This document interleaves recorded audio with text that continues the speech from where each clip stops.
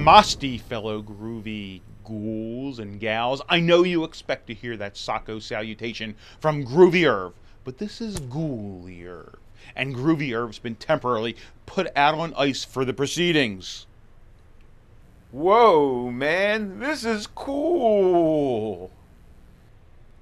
While Groovy Irv chills out, I'll be taking his place to tell you all about some of the trippiest, scariest flicks of the psychedelic era. First, let's dig up the work of the late, great Robert Quarry. I salute him.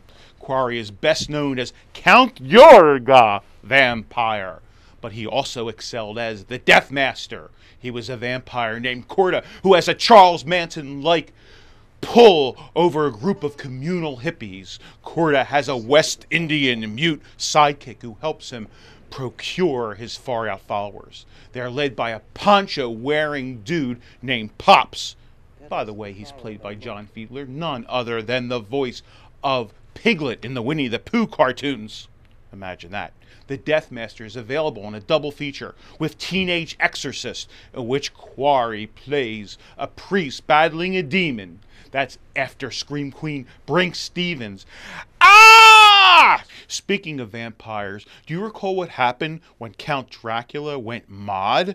I didn't think so. Well, in Dracula AD 1972, the old bloodsucker is up for the count again, appearing in London in 1972 to chase down the descendant of Peter Cushing's Van Helsing, the vampire hunter, who had him almost dead and buried 100 years before. Summoning Dracula to Mulberry Street and its environs is none other than Johnny Alucard. Get it? Dracula spelled backwards. Who has Drac's ring. He's a creepy teen prone to partying at wild happenings. So he figures, wouldn't a vampire be kind of cool to summon with a black mass? Of course, Van Helsing's daughter, played by the Hubba Hubba Stephanie Beacham, doesn't think so, nor does the Va-Va-Va-Voom Carolyn Monroe, also in the cast. Dracula AD 1972 is not that great a blood-sucking epic, but its collision of traditional Dracula elements and psychedelic surroundings is so bizarre, it's worth investing in its blood bank. For many, the 1960s were a time of peace, love, and drugs. But in 1976, Blue Sunshine, the 1960s give off a really bad vibe, man.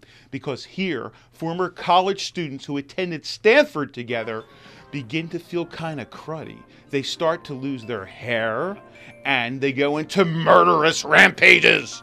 The reason?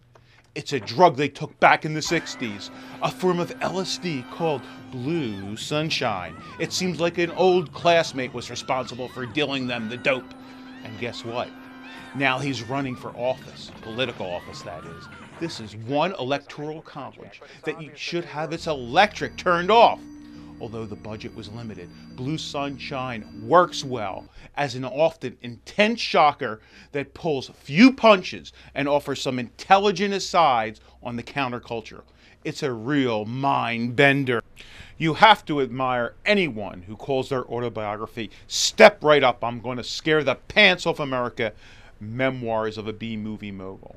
And I have nothing but admiration for William Castle, the writer, producer, director, and showman who gave us the creeps from the late 1950s and throughout the 1960s with such classic, gimmick-fused film as The Tingler, Macabre, The House on Haunted Hill, 13 Ghosts, and Homicidal.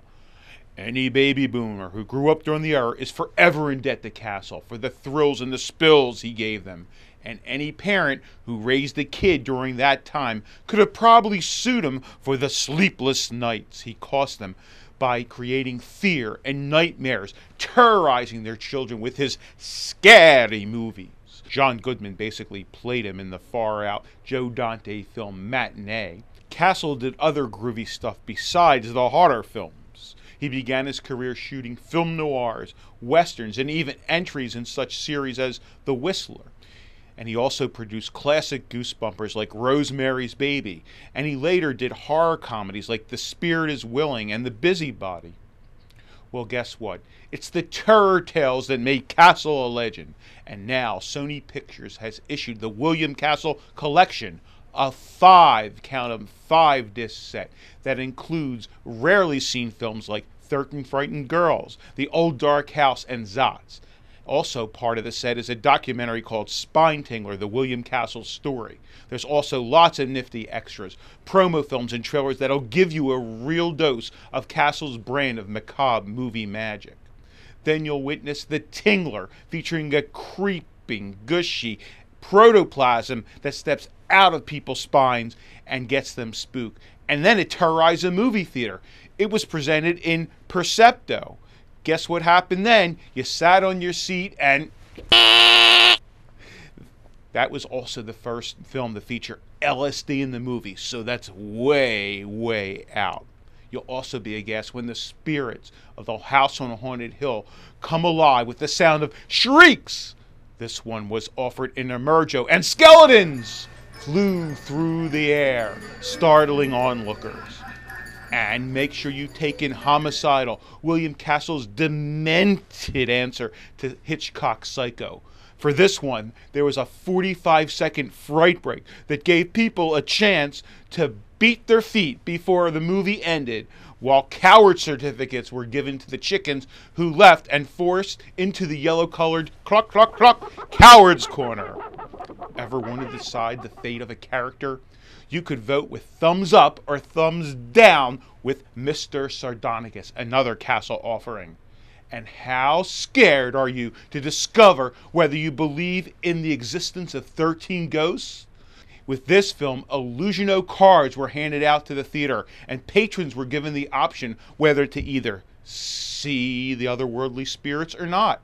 And you might very well start shaking and quaking in your boots, because when we come back, we're going to welcome a special guest named Dr. Strangefilm as he gives us his picks for the strangest horror movies of all time.